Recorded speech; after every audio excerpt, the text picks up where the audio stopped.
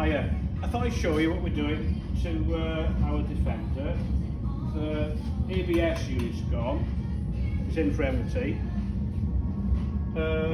Lights on the dash. But the thing is, we've got the wing off to get to the unit. But what I want to show you is we got the GL1010 mud shields, the Outrigger mud shield, and I want to show you, I'll just grab the phone, I want to show you behind them.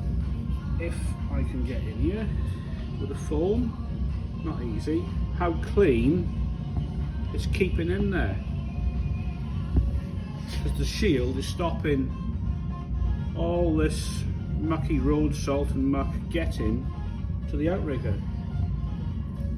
I mean the brown colour, what you can see, that's Dinatrol, like wax oil that is, plastered up in there. But this side also has the mud flap bracket, the GL1010, and the mud flap all comes down. You can't really tell there now, but up underneath you can see how clean it's keeping it.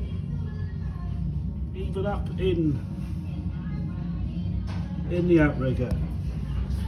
I'll show you the other side. Yeah, get the light there. I take it to the other side.